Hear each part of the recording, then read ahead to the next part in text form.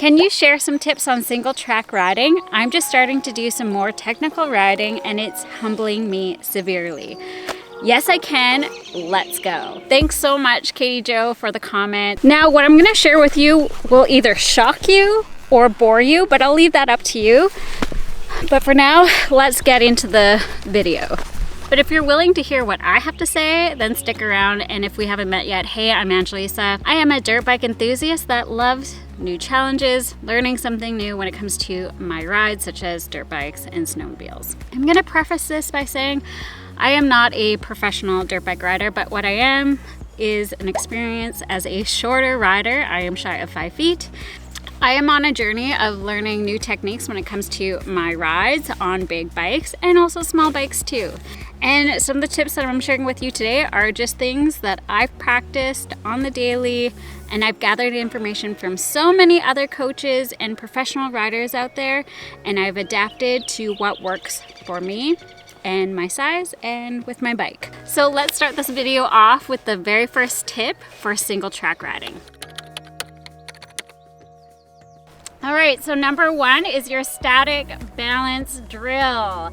I talk a lot about this over on the channel, but do your static balancing.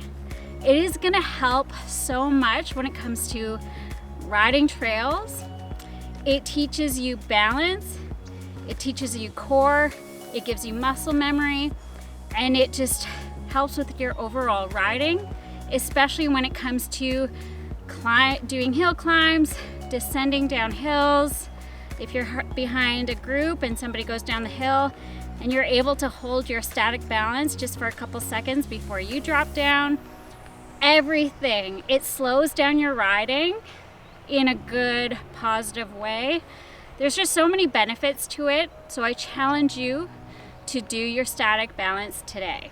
I do have a whole video about how you can get started on your static balance journey, and I'll link that up on top here. Go check that out because I share a whole bunch of tips and tricks on how you can get started if you felt frustrated or overwhelmed when it comes to doing your static balance. Well, over there, I'm gonna show you a bunch of hacks on how to make it easier for you, and you can challenge yourself and make it harder as you progress. Because when we're doing these dirt bike drills, we want to make sure that we can start when they're a little bit easy but yet challenging, and progress so that they are challenging us every time we get out to practice. Number two is slow moving drills like weaving through cones. This is such a great tool when it comes to single track riding.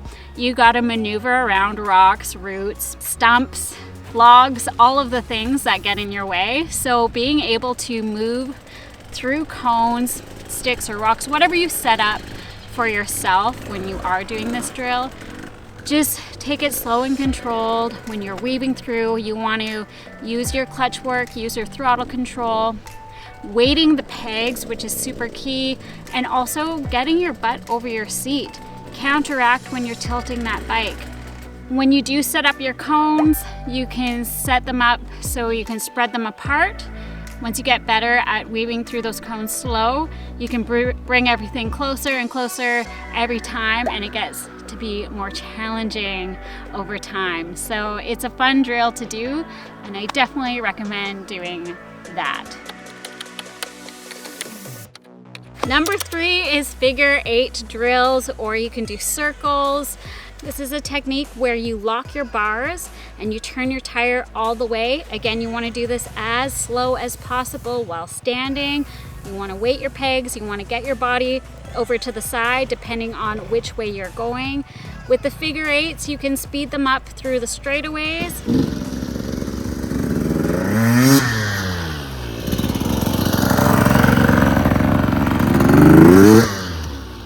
And then slow it down on the corners, or if you're doing your circles, just concentrate on doing it on the left. Do 10 circles, slow and controlled, using your clutch, using your back brake, and then go do it on the right side, and again doing it slow and controlled, using your clutch, your throttle, and your brake. This is all about slowing it down. I don't want you to speed it up. It's about slowing it down to help with your single track riding. Number 4 is your clutch engagement. Now you want to sit on your bike, twist the throttle with your clutch all the way in, and you want to let go of that clutch, kind of feathering that clutch to see where your bike wants to drive forward and when it stops when you pull in the clutch.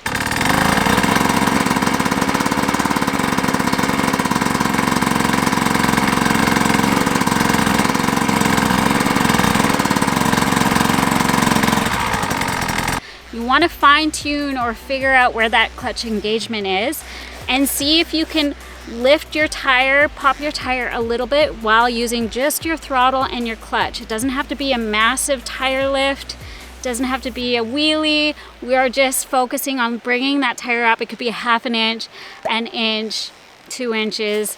But really what we're doing is we're focusing on the drive of the throttle to the back wheel with that clutch pop. So we're trying to figure out where that sweet spot is on our clutch engagement, which is super key when it comes to trail riding.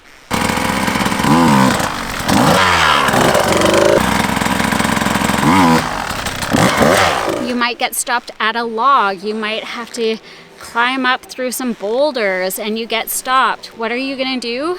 Well, you're gonna find that engagement point with the throttle and the clutch, and you're gonna try to pop it just a little bit, just to maneuver your bike through in order to get yourself out. Here's a tip: spend time listening to your bike. That is what I always am listening to. I have my ears open. I am listening to my bike to see how it sounds when my clutch is fully engaged or when I let it out, and if I'm just playing around with the sweet spot and I have a little bit of throttle. I don't know how many RPMs, but I just hear that clutch and I know when it's engaged, when it's not engaged. And so take the time to do this drill. You can just do it anywhere and just hear it. That's my biggest tip, is just listen to it.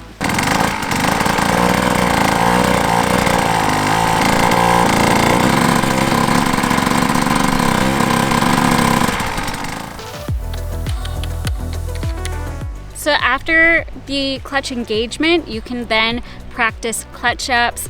This is another technique of lifting your tire. You can put your one foot down and the back foot over your back brake. You can give that throttle and release that clutch and start lifting that tire up.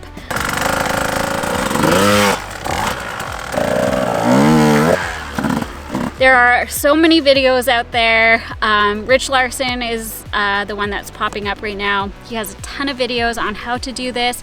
If you guys want a breakdown on how I do it, because I am a shorter rider, under 5 feet, let me know, comment below, and we'll make magic happen.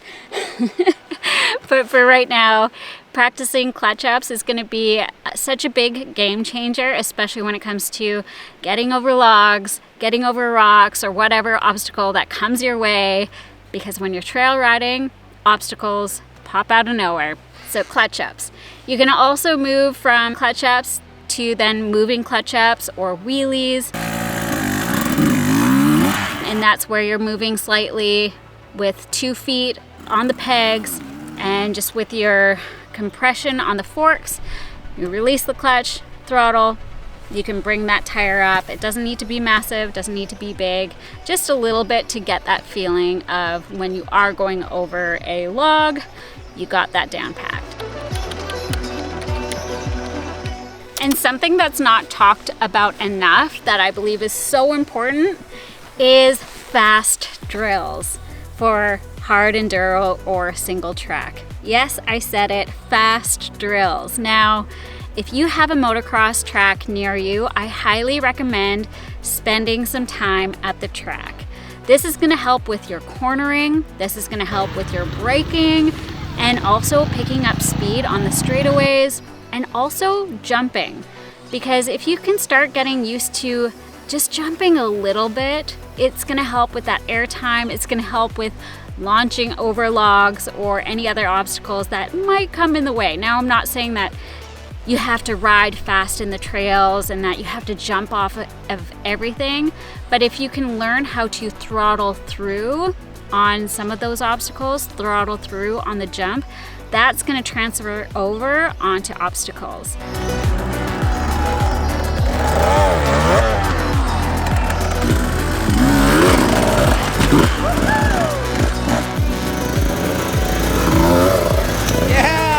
Because believe it or not, it's not so much the clutching you need to worry about, it's throttling through, and that's what you need to do with jumps. So I highly, highly, highly recommend going to the motocross track near you, or if you have an open space, build a figure 8 track and try to pick up speed. I think Meg's Braps, she has like a video about that, like doing figure 8s over and over again and like trying to time herself.